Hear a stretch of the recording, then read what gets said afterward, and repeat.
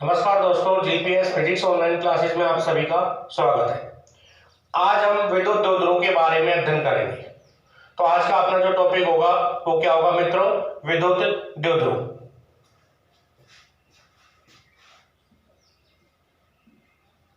विद्युत द्विध्रुव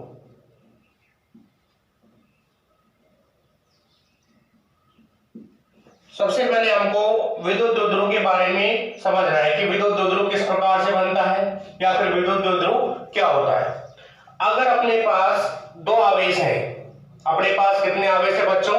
अपने पास अगर दो आवेश हैं और दोनों आवेशों के जो परिमाण है वो कैसे हो? समान हो, उनकी जो प्रकृति हो कैसी हो? अलग अलग हो। यानी जब अपने पास अगर दो आवेश हैं और उन दोनों आवेशों के परिमाण तो समान हो लेकिन प्रकृति कैसी हो?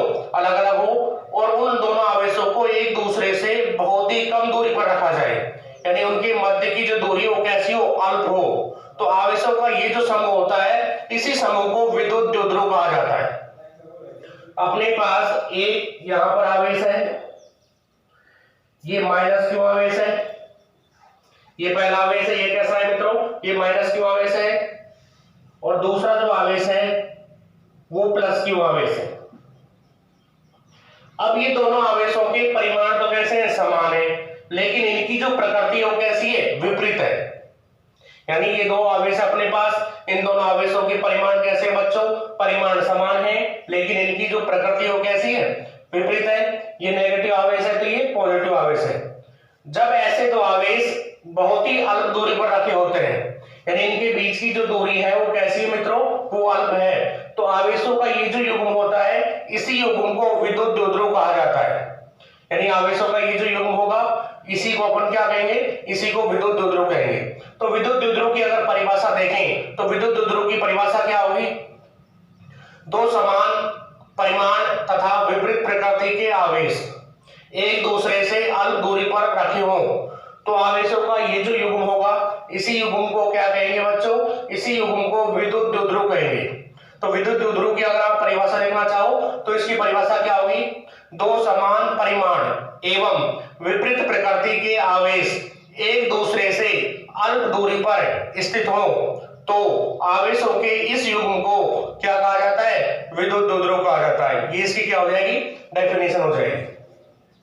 अब यहां पर इन दोनों के जो बीच की दूरी होती है उसे हम 2a मानते हैं। इन दोनों आवेशों के मध्य की जो दूरी होगी उसे क्या मानेंगे बच्चों? उसको हम 2a मान लेंगे। इस दूरी को 2a मानते हैं। यहां पर a बिंदु पर माइनस क्यू आवेश रखा हुआ है और b बिंदु पर प्लस क्यू आवेश रखा हुआ है। तो ये आवेशों का जो युग्म होगा, आवेशों के इसी युग्म को विद्युत द्विध्रुव कहा जाएगा। मैं इसकी परिभाषा एक बार और रिपीट कर देता हूं, आपको ध्यान से सुनना है। विद्युत द्विध्रुव की परिभाषा कई बार बोर्ड के अंदर पूछी गई है। तो विद्युत द्विध्रुव क्या होगा? दो समान परिमाण एवं विपरीत प्रकृति के आवेश एक दूसरे से अल्प दूरी पर स्थित है तो आवेशों का यह समूह या आवेशों का यह युग्म क्या कहलाता है बच्चों? इसी को विद्युत द्विध्रुव कहते हैं। तो विद्युत द्विध्रुव की परिभाषा क्या होगी? दो समान परिमाण और विपरीत प्रकृति के आवेश एक दूसरे से अल्प दूरी पर रखे हों तो आवेशों के इस युग्म को विद्युत द्विध्रुव कहते हैं। अब यहाँ पर इन दोनों आवेशों के बीच की जो दूरी है ये दूरी सदिश मानी जाती है, यानी इसे सदिश दूरी कहा जाता है। दूरी बहुत अल्प है इसलिए इस दूरी को अपन कौन सी दूरी मानते हैं? इसे सदिश दूरी मानते हैं। इससे पहले हमने ये अपना विद्युत द्विध्रुव का क्या हो जाएगा? चित्र हो जाएगा। यहाँ पर एक मध्य बिंदु लिया जाता है और उस मध्य बिंदु को O से रिप्रेजेंट करते हैं, यानी दो आवेशों के बीच में एक काल्पनिक मध्य बिंदु होता है और इस काल्पनिक मध्य बिंदु को हम किससे व्यक्त करते हैं? उसे O से व्यक्त किया जाता है। तो आप ये विद्युत द्विध्रुव का चित्र बना लेना। ये विद्युत द्विध्रुव का चित्र है और यहाँ पर इसकी जो परिभाषा होगी वो नोट कर लेना। इसके बाद अपना नेक्स्ट टॉपिक आता है विद्युत द्विध्रुव आघूर्ण। अपना जो नेक्स्ट टॉपिक है वो कौन सा है मित्रों? विद्युत द्विध्रुव आघूर्ण है। विद्युत द्विध्रुव आघूर्ण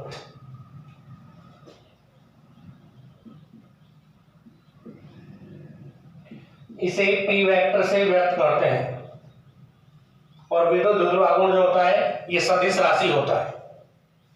कल लास्ट क्लास में हमने विद्युत क्षेत्र की दिशा के बारे में बताया था। विद्युत क्षेत्र की जो दिशा होती है वो धनावेश से ऋणावेश की तरफ होती है मित्रों, यानी विद्युत क्षेत्र की दिशा प्लस आवेश से माइनस आवेश की तरफ होती है, लेकिन विद्युत द्विध्रुव आघूर्ण की जो दिशा है वो माइनस आवेश से प्लस आवेश की ओर होती है। विद्युत द्विध्रुव आघूर्ण अभी हम पढ़ेंगे, इसकी अगर दिशा देखें तो ये ऋण आवेश से धनावेश की ओर होगी, जबकि विद्युत क्षेत्र की जो दिशा होती है वो धनावेश से ऋण आवेश की ओर होती है। अब हमको ये देखना है कि विद्युत द्विध्रुव आघूर्ण क्या होता है। विद्युत द्विध्रुव जो आघूर्ण है इसकी हमको परिभाषा बनानी है और इसका हमको सूत्र लिखना है। ये अपना विद्युत द्विध्रुव है। विद्युत द्विध्रुव के अंदर दोनों आवेशों के मध्य की जो सदिश दूरी है उसे हम 2a मान रहे हैं। ये दूरी सदिश है तो इसके ऊपर हम वेक्टर लगा देंगे। तो यहां पर अगर विद्युत द्विध्रुव आघूर्ण देखें तो विद्युत द्विध्रुव आघूर्ण का जो सूत्र होता है, विद्युत द्विध्रुव आघूर्ण, इसको विद्युत आघूर्ण भी बोलते हैं। इसका अगर सूत्र देखें तो इसका जो सूत्र आता है, इसका सूत्र क्या होता है, ये अपने पास विद्युत द्विध्रुव है, इसके किसी भी एक आवेश का परिमाण ले लो, ऋण आवेश का परिमाण लोगे तो भी क्यों आएगा, धनावेश का परिमाण लोगे तो भी क्या आएगा बच्चों, क्यों ही आएगा। द्विध्रुव के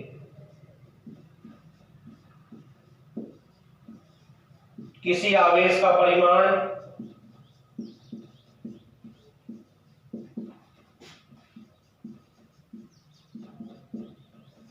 गुणा इनके मध्य की सदिश दूरी,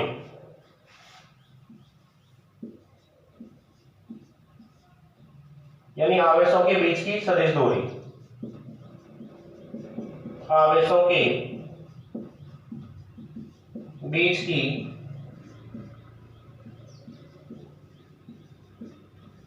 सदिश दूरी, यानी द्विध्रुव के किसी भी एक आवेश का परिमाण ले लें और इन आवेशों के मध्य की जो दूरी है इससे इसको अगर गुणा कर दें तो क्या प्राप्त हो जाएगा मित्रों, विद्युत द्विध्रुव आघूर्ण प्राप्त हो जाएगा। ये अपना विद्युत द्विध्रुव है, इसमें दो आवेश हैं, पहला आवेश है -q और दूसरा आवेश है +q। इन दोनों आवेशों में से किसी भी एक आवेश का परिमाण लेना है। -q आवेश का परिमाण भी q हो जाएगा प्लस का q, और +q आवेश का परिमाण q होता ही है, तो यहां पर दोनों में से किसी एक का परिमाण ले लो। द्विध्रुव आघूर्ण को किससे व्यक्त करेंगे, p से, तो p बराबर आवेश का परिमाण हो गया q, और इन दोनों आवेशों के मध्य की दूरी हमने क्या मानी है, 2a मानी है, तो 2a से इसको क्या कर देंगे, गुणा कर देंगे, तो p का जो मान होगा वो q × 2a हो जाएगा।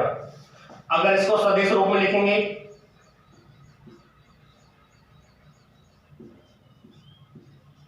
सदिश रूप में अगर लिखें तो p पर वेक्टर आ जाएगा, क्योंकि द्विध्रुव आघूर्ण कैसी राशि होती है बच्चों, सदिश राशि है, तो इस पर अपन ने वेक्टर का चिन्ह लगा दिया। क्यों आवेश है, आवेश कैसी राशि अदिश है, तो इस पर वेक्टर का चिन्ह नहीं लगाना है।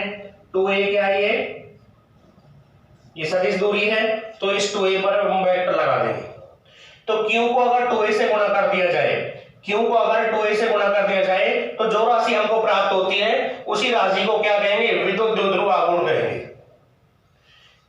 यानी विद्युत द्विध्रुव के किसी भी एक आवेश का परिमाण एवं दोनों आवेशों के बीच की जो सदिश दूरी होगी, इनका गुणनफल क्या कहलाएगा बच्चों, इनका गुणनफल विद्युत द्विध्रुव आघूर्ण कहलाएगा। इनका जो गुणनफल होगा वो विद्युत द्विध्रुव आघूर्ण कहलाएगा। यानी q को अगर 2a से गुणा कर दिया जाता है तो जो मान प्राप्त होगा वो मान क्या कहलाएगा, विद्युत द्विध्रुव आघूर्ण कहलाएगा।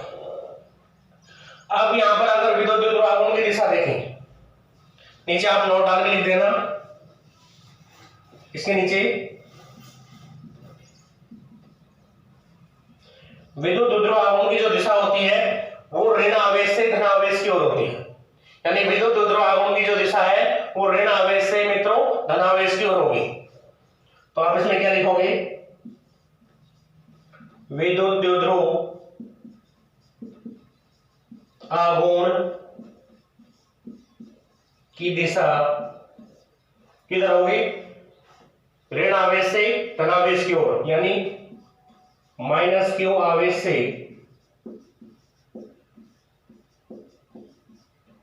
+q आवेश की ओर होती है।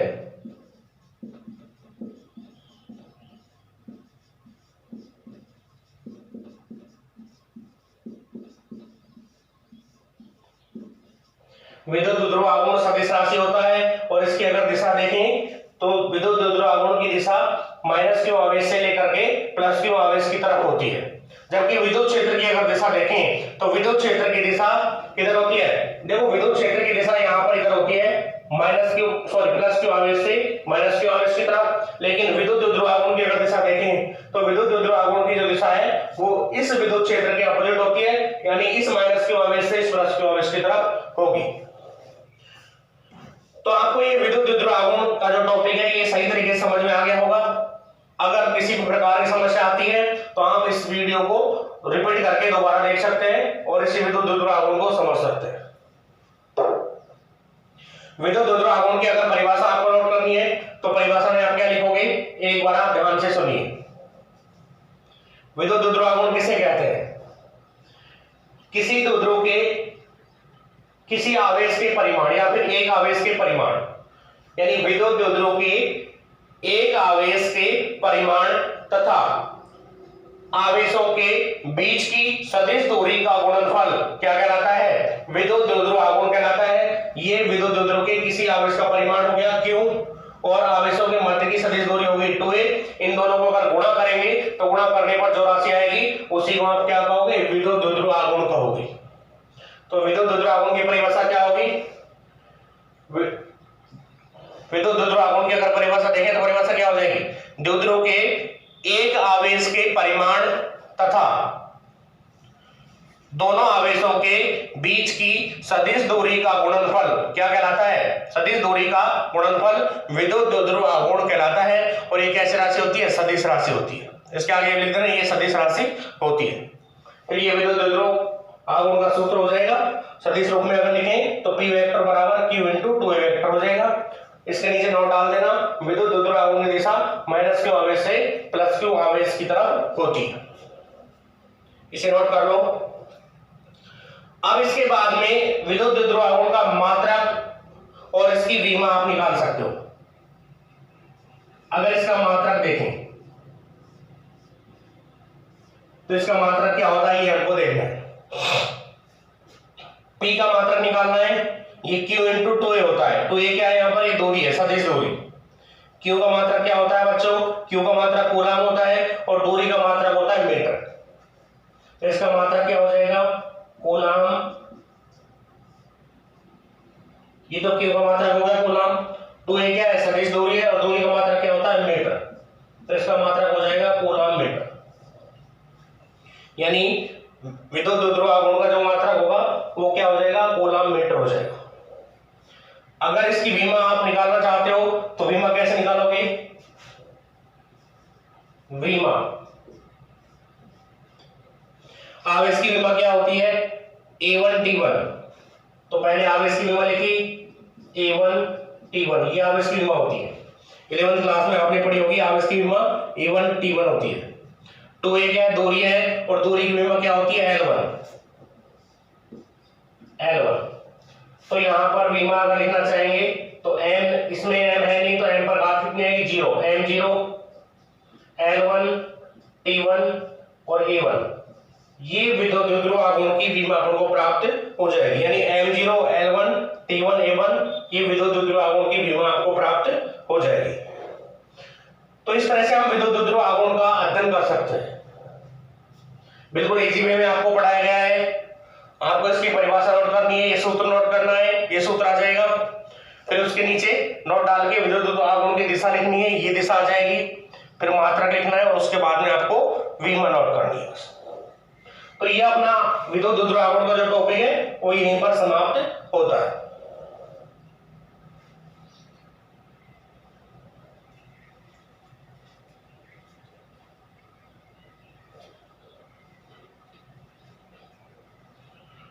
नोट करो इसको। अब इसके बाद में हमको विद्युत द्विध्रुव के कारण विद्युत क्षेत्र की तीव्रता का अध्ययन करना है। यानी विद्युत द्विध्रुव के कारण विद्युत क्षेत्र की जो तीव्रता है उसका मान हमको ज्ञात करना है। अब इसको रख कर देता हूं।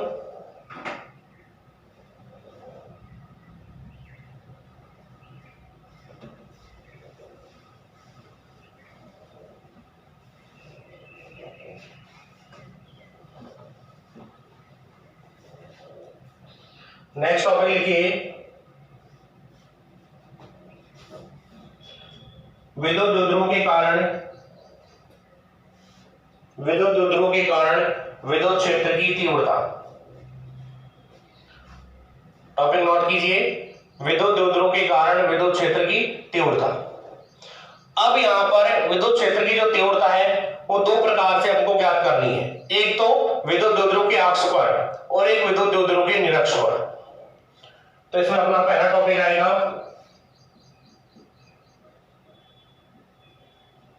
विद्युत द्विध्रुव के अक्ष पर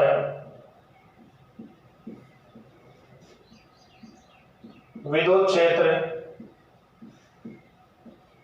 की तीव्रता।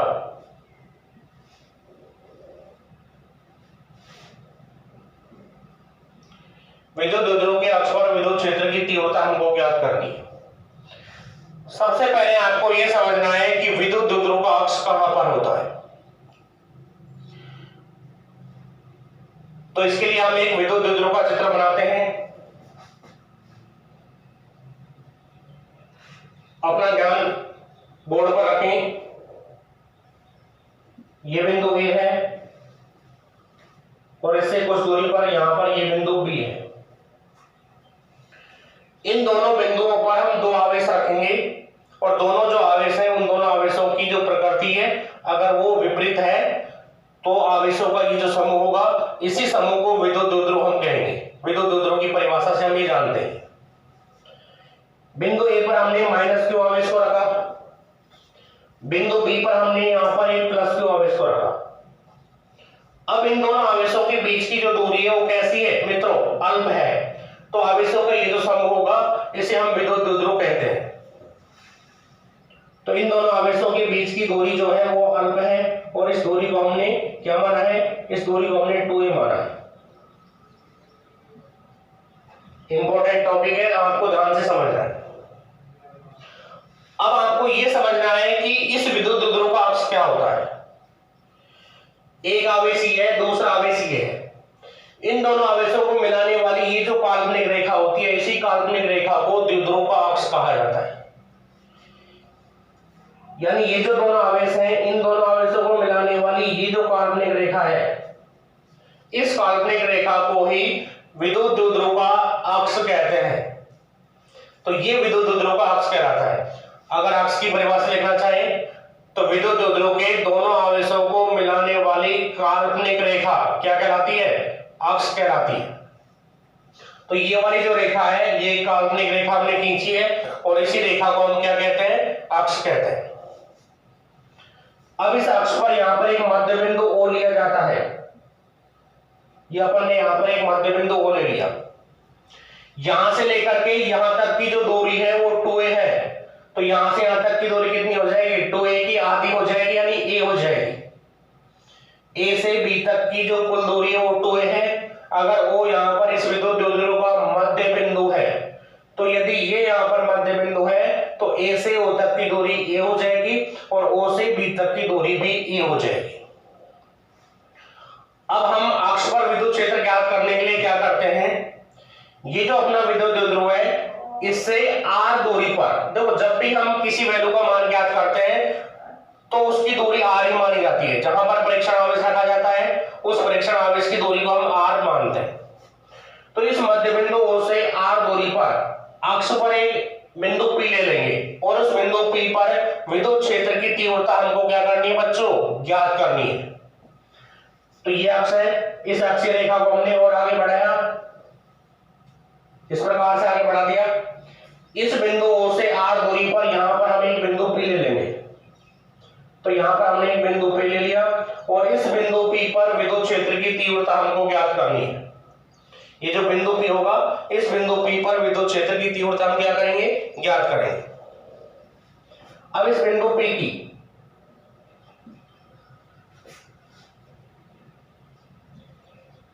अभी जो बिंदु P है, इस बिंदु P की ओर से जो दूरी होगी,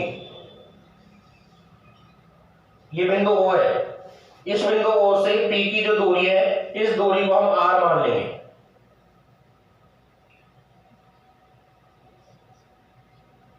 बिंदु P की ओर से दूरी हम क्या मान लेंगे, r मान लेंगे। अब हमको यहां पर इस बिंदु P पर इस आवेश के कारण भी विद्युत क्षेत्र ज्ञात करना है और इस वाले आवेश के कारण भी यहां पर विद्युत क्षेत्र ज्ञात करना है। अलग अलग आवेशों के कारण आपको यहां पर विद्युत क्षेत्र ज्ञात करना होगा। तो विद्युत क्षेत्र ज्ञात करने के लिए इस आवेश से इस बिंदु P की दूरी हमको पता होनी चाहिए।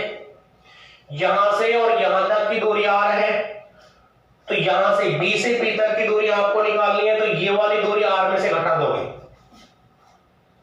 यानी यहां से और यहां तक की दूरी a हो जाएगी और यहां से यहां तक की दूरी भी क्या हो जाएगी बच्चों, a हो जाएगी। O से P तक की दूरी अगर r है, B से P तक की दूरी आपको चाहिए क्योंकि प्लस की आवेश B बिंदु पर रखा है, तो इस दूरी का मान ज्ञात करने के लिए r में से आपको ये वाली दूरी यानी a घटानी पड़ेगी। तो B से P तक की जो दूरी होगी वो क्या होगी बच्चों, B से P तक की दूरी हो जाएगी r माइनस a। ध्यान से देखो, इस बिंदु P पर विद्युत क्षेत्र की तीव्रता आपको ज्ञात करनी है, किसके कारण से, विद्युत द्विध्रुव के कारण से। तो इसके लिए आप क्या करोगे, इस आवेश के कारण P पर विद्युत क्षेत्र ज्ञात करोगे, इस वाले आवेश के कारण भी P पर विद्युत क्षेत्र ज्ञात करोगे और विद्युत क्षेत्र का सूत्र क्या होता है, K/r²। तो r का मान आपको चाहिए, तो इस आवेश से इस बिंदु P की दूरी चाहिए, उसका मान अपन ने ज्ञात कर लिया r माइनस a।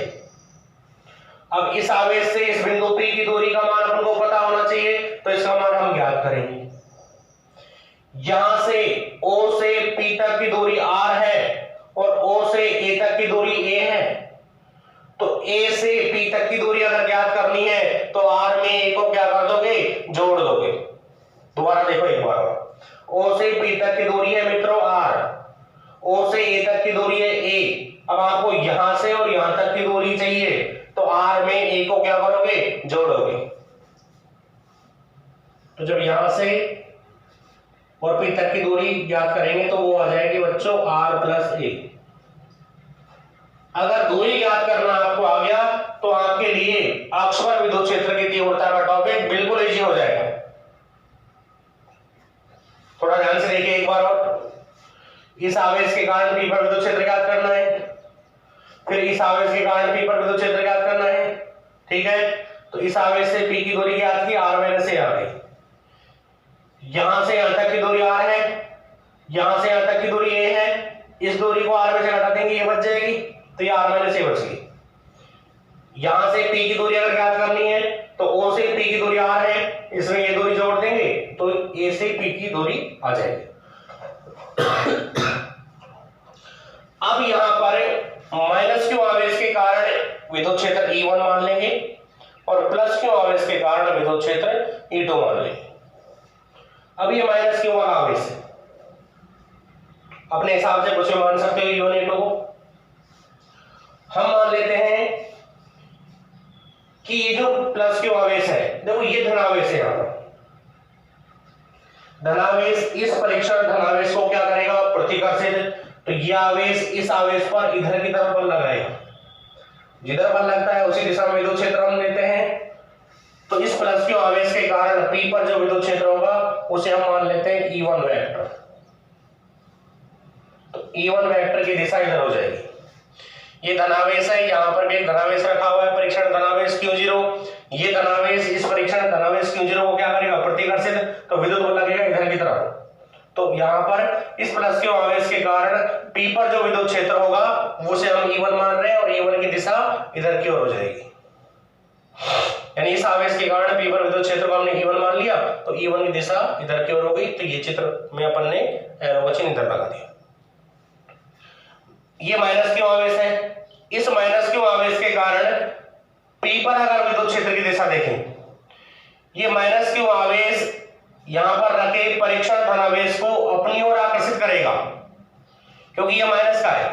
तो माइनस क्यू आवेश यहां पर रखे Q0 आवेश को अपनी ओर आकर्षित करेगा, तो विद्युत बल इस Q0 आवेश पर इस आवेश के कारण लगेगा इधर की तरफ। तो यहां पर विद्युत क्षेत्र की जो तीव्रता होगी उस तीव्रता को E2 वेक्टर मान लेंगे। यानी माइनस क्यू आवेश के कारण P पर विद्युत क्षेत्र हो गया E2 वेक्टर। अब यहां पर दो विद्युत क्षेत्र है, एक प्लस क्यू आवेश के कारण E1 वेक्टर है और दूसरा माइनस क्यू आवेश के कारण E2 वेक्टर है, और दोनों विद्युत क्षेत्र की जो दिशा है वो कैसी है मित्रों, अपोजिट है।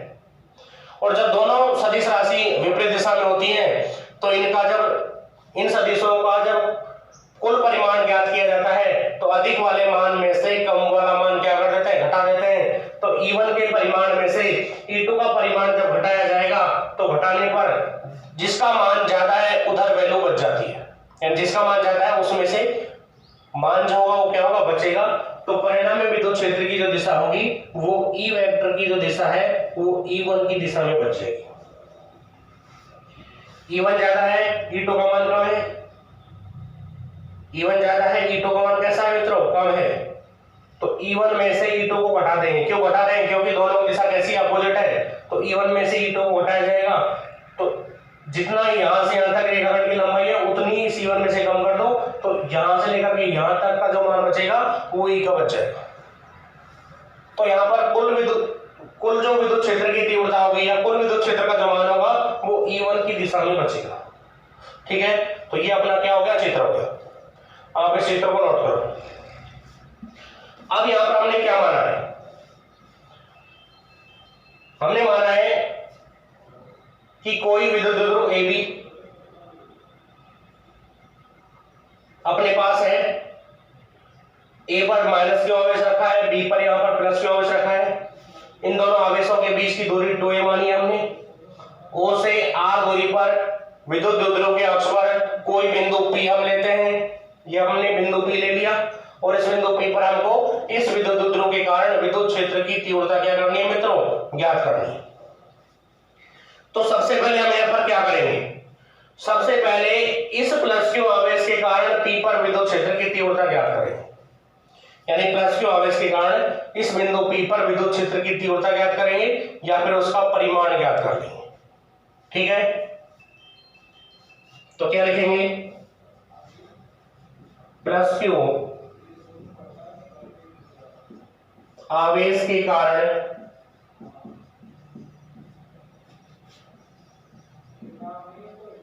बिंदु P पर विद्युत क्षेत्र की तीव्रता का परिमाण। अब यहां पर आपको थोड़ा ध्यान देना है, परिमाण ज्ञात कर रहे हैं, तीव्रता ज्ञात करोगे तो एकांक सदिश आएगा, अगर परिमाण ज्ञात करोगे तो एकांक सदिश लगाने की आवश्यकता आपको नहीं रहेगी। ठीक है, मैंने यहां पर तीव्रता का परिमाण लिखा है, किसी भी बुक में तीव्रता का परिमाण लिखा हुआ नहीं है, तो जब मैं परिमाण लिखूंगा तो एकांक सदिश लगाने की आवश्यकता नहीं है और ना ही आप सदिश यानी वेक्टर का चिन्ह लगाओगे। ठीक है, तो तीव्रता का परिमाण क्या होगा, परिमाण जब लिखोगे तो प्लस माइनस का चिन्ह भी नहीं आएगा, आवेश के साथ माइनस का है तो माइनस आप हटा देना।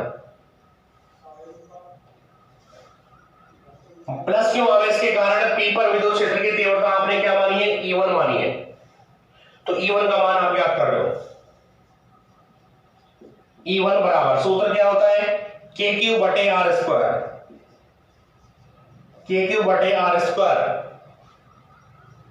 इस आवेश से इस बिंदु P की दूरी क्या है मित्रों, ये BP दूरी है। कितनी दूरी है, BP दूरी है। और BP का मान अगर चित्र से देखें तो कितना है, BP का अगर मान चित्र से देखें तो BP का जो मान है चित्र से वो कितना है, R माइनस A है। तो KQ बटे क्या आ जाएगा, BP स्क्वायर आ जाएगा। मान रखो E1 बराबर KQ बटे BP का मान क्या है, R माइनस A है, इसका स्क्वायर है और ये समीकरण 1 आ जाएगा। साइड में लिख देंगे क्योंकि BP बराबर R माइनस A है,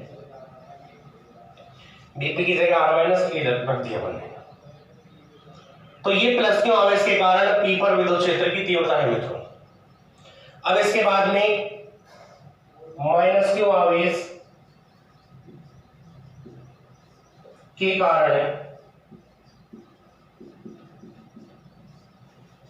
P पर विद्युत क्षेत्र की तीव्रता का परिमाण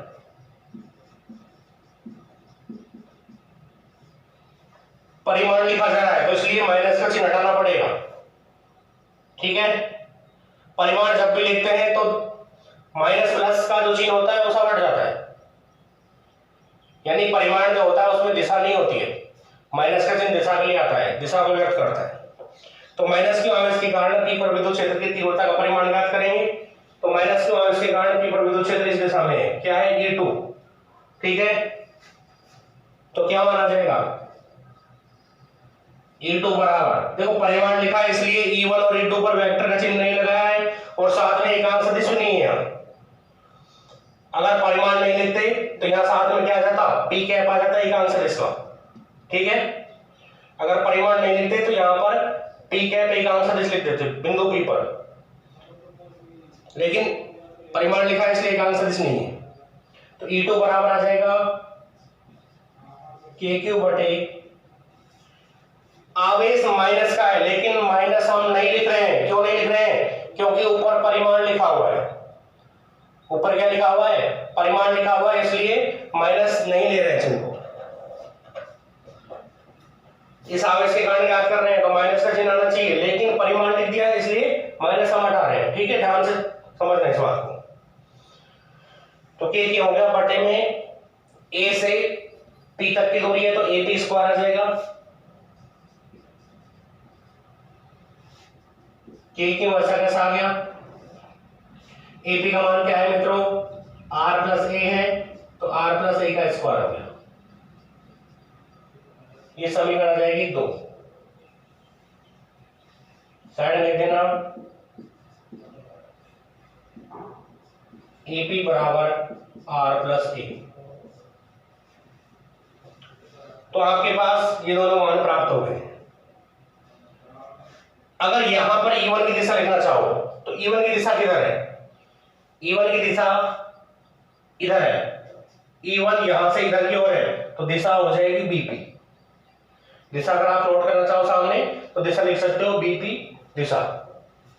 यहां पर अगर दिशा लिखना चाहोगे, दिशा E2 की दिशा इधर है तो ये हो जाएगी PB। P से B की ओर है तो क्या लिखोगे, PB लिखोगे, दिशा को नोट करना चाहो तो, पर नोट करने की कोई आवश्यकता नहीं है। प्लस क्यू आवेश कारण विद्युत क्षेत्र ज्ञात कर लिया, माइनस क्यू आवेश कारण हमने विद्युत क्षेत्र ज्ञात कर लिया, दोनों ज्ञात कर लिए हैं। अब विद्युत द्विध्रुव के कारण P पर विद्युत क्षेत्र ज्ञात करेंगे तो E वेक्टर और E2 वेक्टर, यानी E1 वेक्टर और E2 वेक्टर दोनों का सदिश योग कर दिया जाएगा। सदिश राशियों का सदिश योग होता है, लेकिन यहां पर हमने जो मान ज्ञात किए ये परिमाण है, परिमाण है, और परिमाण दोनों E1 E2 दोनों के परिमाण है, यहां पर दोनों की दिशा कैसी अपोजिट है, इसलिए परिणामी विद्युत क्षेत्र का मान ज्ञात करने के लिए E1 ज्यादा है तो E1 में से E2 को घटा देंगे। E1 ज्यादा कैसे है, इन दोनों समीकरणों से पता चलेगा। यहां पर अंश में के है दोनों में, तो हर में अगर देखें तो यहां तो R माइनस A है, R माइनस A का स्क्वायर है, और यहां पर R प्लस A का स्क्वायर है। तो ये वाला जो मान है हर में ये ज्यादा है इससे, यानी इस वैल्यू से ये वाली वैल्यू ज्यादा है। KQ में अधिक बड़ी संख्या का भाग देंगे तो बड़ी संख्या का भाग देने पर जो मान आता है वो छोटा आता है, तो E2 का मान कम हो जाएगा किससे, E1 से, इसलिए E1 में से E2 को घटा दिया जाएगा। यहां तक आपने नोट कर लिया होगा। अब मैं इसको साफ कर देता हूं।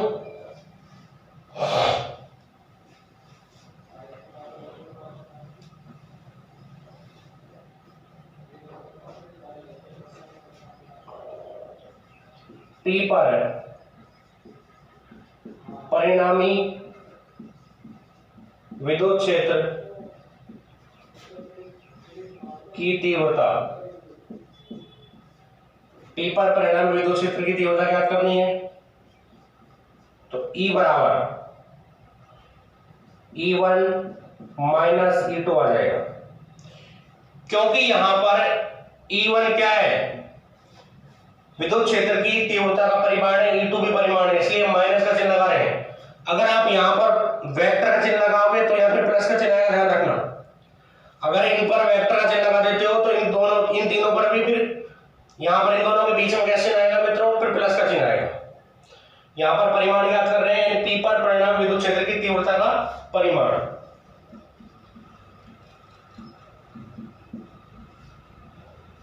E बराबर E1 माइनस E2। E1 में से E2 क्यों घटा गया है, क्योंकि E1 का मान ज्यादा है, E2 का कम है, दिशा कैसी अपोजिट है, इसलिए इस परिमाण में से इसका परिमाण अपन ने घटा दिया है। मान रखो दोनों के। E1 का मान क्या था, KQ बटे R माइनस A का स्क्वायर। E2 का मान क्या था, KQ बटे R प्लस A का होल स्क्वायर। लघुत्तम ले लेंगे, लघुत्तम क्या आएगा, R माइनस A का स्क्वायर गुणा R प्लस A का स्क्वायर। पहले कॉमन ले लो KQ कॉमन लिया, क्या बचा, 1 बटे R माइनस A का होल स्क्वायर माइनस 1 बटे R प्लस A का होल स्क्वायर। अब यहां पर इनका लघुत्तम ले लो, लघुत्तम आ जाएगा R माइनस A का होल स्क्वायर गुणा R प्लस A का whole square. R minus A के होल स्क्वायर का यह भाग लगेगा तो क्या हो जाएगा, R प्लस A का होल स्क्वायर ऊपर आ जाएगा, R प्लस A का होल स्क्वायर दिया गया, माइनस यहाँ आ जाएगा। इस संख्या में इस वाली संख्या का भाग देंगे तो R माइनस A का होल स्क्वायर बच जाएगा। इस R माइनस A के होल स्क्वायर को 1 से गुणा करेंगे तो R माइनस A का होल स्क्वायर, तो ये मान हमको प्राप्त हो जाएगा। R प्लस A का होल स्क्वायर को खोलना है और R माइनस A के होल स्क्वायर को खोलना है। ये क्यों ऐसा कैसा, R माइनस A का होल स्क्वायर गुणा, हर वाली संख्या को हम बदल सकते हैं, कैसे बदल सकते हैं, R माइनस A पर 2 घात है, R प्लस A पर 2 घात है, तो एक घात इसकी एक घात इसकी साथ में लिख दें, तो R माइनस A गुणा R प्लस A, एक बार तो ऐसे लिख दिया जाएगा, एक एक घात आ गई दोनों की। अब एक एक घात और बचेंगे तो R माइनस A गुणा R प्लस A,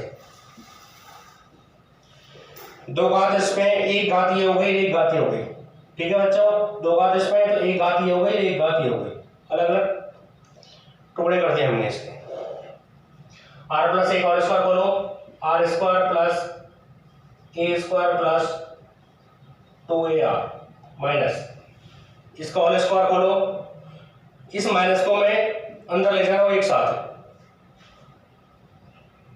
R इसका होल स्क्वायर खोलते हैं, क्या आता है बच्चों, R स्क्वायर आता है, माइनस का चिन्ह सामने है तो माइनस के R स्क्वायर। इसका होल स्क्वायर खोलते हैं तो A स्क्वायर प्लस का आता है, लेकिन माइनस बाहर है तो माइनस का A स्क्वायर, ठीक है। इसका होल स्क्वायर खोलते हैं तो माइनस का क्या आएगा, 2AR, लेकिन एक माइनस ओवर R तो क्या हो जाएगा, प्लस का 2AR, तो ये मान हमको प्राप्त हो जाएगा। R स्क्वायर से R स्क्वायर कट गया, A स्क्वायर से A स्क्वायर कट गया, क्या बच गया, 2AR और 2AR, तो कितने 2AR हो गए, 2 और 2 4, कितने हो गए, 4AR, तो मान क्या आएगा, E बराबर KQ तो बाहर है, KQ ऊपर बचेगा 4AR, नीचे बटे में क्या बचेगा ये देखना है, इसको इसके साथ लिख दें और इसको इसके साथ लिखा हुआ है, A माइनस बी गुणा A प्लस बी किसके बराबर होता है, A square minus B square होता है, A माइनस बी गुणा A प्लस बी किसके बराबर होता है, A square minus B square होता है। तो यहाँ पर क्या है, R माइनस A गुणा R प्लस A है, तो ये क्या हो जाएगा, R square minus A square, ये पूरा, और ये पूरा भी हो जाएगा R square minus A square, यानी एक बार तो R square minus A square यहाँ आ जाएगा और एक बार R square minus A square यहाँ आ जाएगा, तो इसको क्या लिख सकते हैं, R square minus A square की 2 घात हो जाएगी, एक बार यहां से R square minus A square, एक बार यहां से, तो इस पर 2 घात हमने लगा दी। अब यहां पर 4A है, इस 4A को 2 भागों में तोड़ सकते हैं, 2 गुणा 2A यानी 2 गुणा 2a। तो E बराबर k क्यों, तो ये हो गया 4 को 2 भागों में डिवाइड कर दो, क्या लिख सकते हो,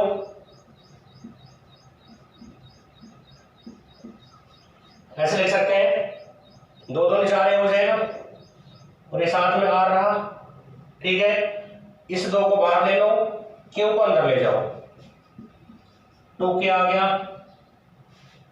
इस Q को यहां पर अंदर ले जाओ, Q को अंदर ले जाना है, Q को कहां ले जाना है, अंदर, 2 बाहर आ गया, कोष्टक में आ जाएगा Q इंटू 2a और साथ में रहेगा R, ये माना जाएगा।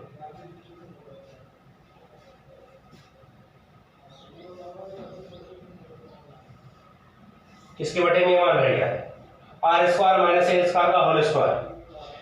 ए का मान आर की तुलना में अगर बहुत छोटा है, क्योंकि आर का मान बहुत बड़ा है किससे, ए से, तो आर स्क्वायर का मान और भी ज्यादा बड़ा हो जाएगा किससे, ए स्क्वायर से। तो ए स्क्वायर को क्या मानेंगे, नगण्य।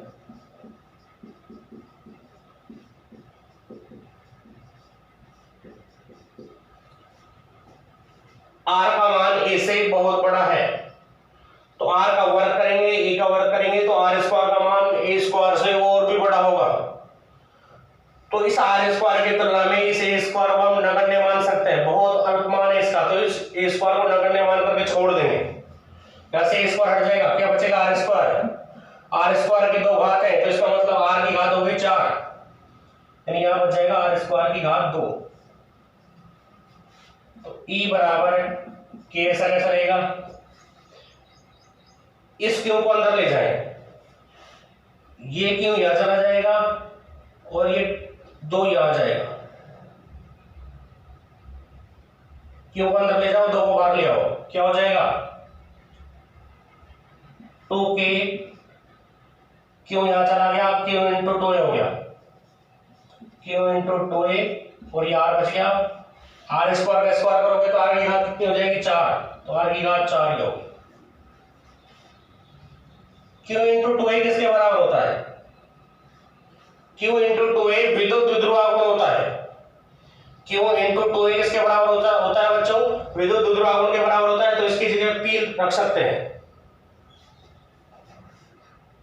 R की नीचे 4 घात है, ऊपर 1 घात है, एक R से 1 R कटेगा, नीचे 3 घात बच जाएंगे, तो E बराबर 2k, इसकी जगह Q इंटू 2a की जगह पर आपको रखना है P, तो ये P हो गया, ऊपर से R हट जाएगा, नीचे R की घात 3 बचेगी, और P का मान यहां पर क्या होता है, P बराबर Q इंटू 2a होता है।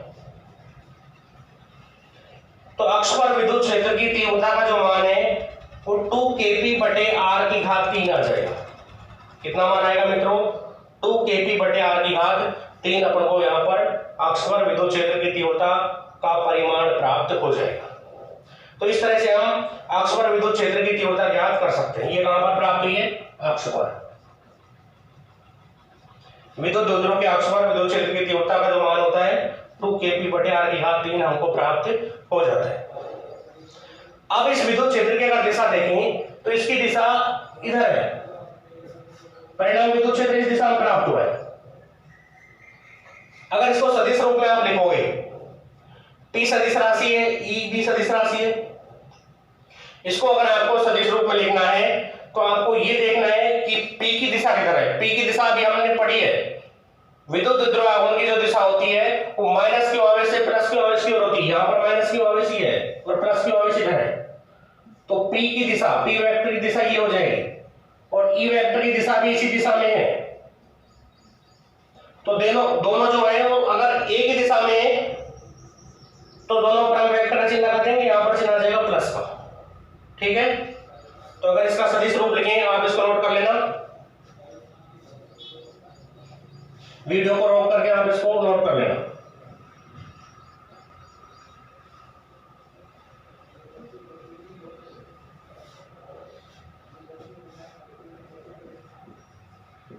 सदिश रूप में अगर इसको लिखें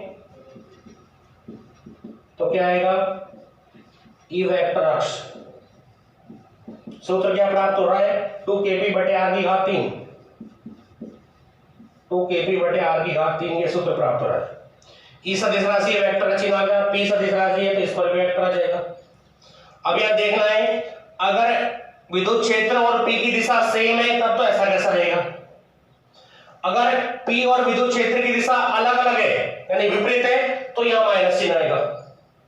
ठीक है बच्चों, p की दिशा और e की दिशा अगर समान है तब तो ऐसा कैसा रखेंगे, अगर दोनों की दिशा विपरीत है तो विपरीत दिशा को कौन व्यक्त करता है, माइनस का चिन्ह व्यक्त करता है।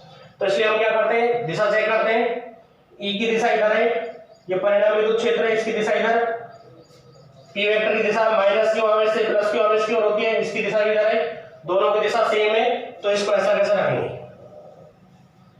अगर दोनों की दिशा विपरीत होती तो यहां पर चिन्ह कैसे लगा देते, माइनस का लगा देते, जो कि निरक्ष पर दोनों की दिशा कैसे आती है, विपरीत आती है। k का मान अगर यहां रखना चाहे तो k बराबर किसके होता है, k बराबर होता है 1/4 पाई एप्सिलॉन नॉट, ये k का मान हो गया।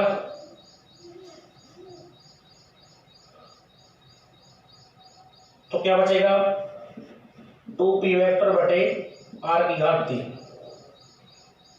k का मान हम रखना चाहें तो k का मान ही रख देंगे, तो क्या बच जाएगा मित्रों, 2p वेक्टर बटे r की घात 3 बच जाएगा।